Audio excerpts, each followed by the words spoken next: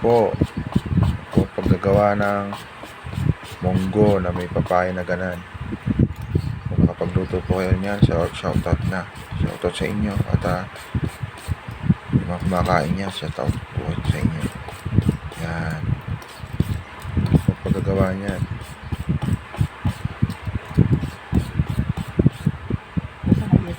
Papaya yan. Gigisa sa munggo. Po, nilagay na kamati. Nagigisa po kami ng luya, bawang, sibuyas, kamatis. Po.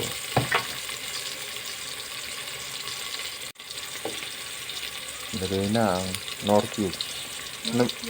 Chicken. Yeah, saka naglagay na ng bitchin. Yan, saka paminta.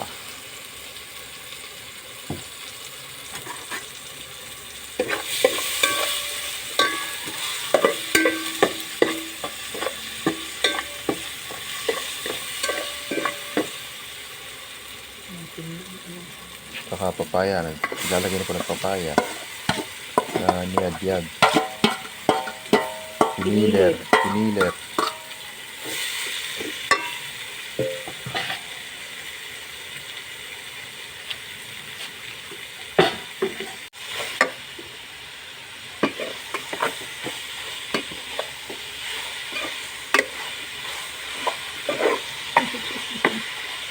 Lalagay na po ang balatong. Maniluto muna. Binababad na pa mama sa tubig yan. Bago iyan. Yan po ang technique siya para malambot. Para madaling malambot. Bababad mo na sa tubig. Hindi ko nakita yung pagkaano.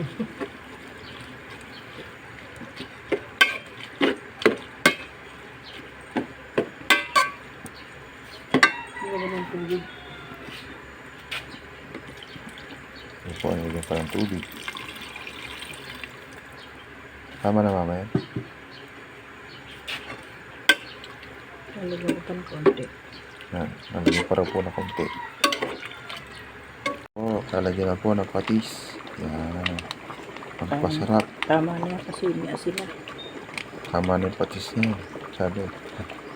Correction. Correct yung fish. Ayun na. Meron ng gulay ang may balatong. Yan. Ano yung finished product na, mama? Oo. Finished product na po. Itikman.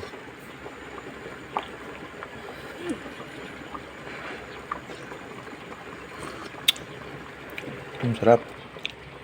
Ano? Sarap. Okay na? Okay na yan. Tama na yan.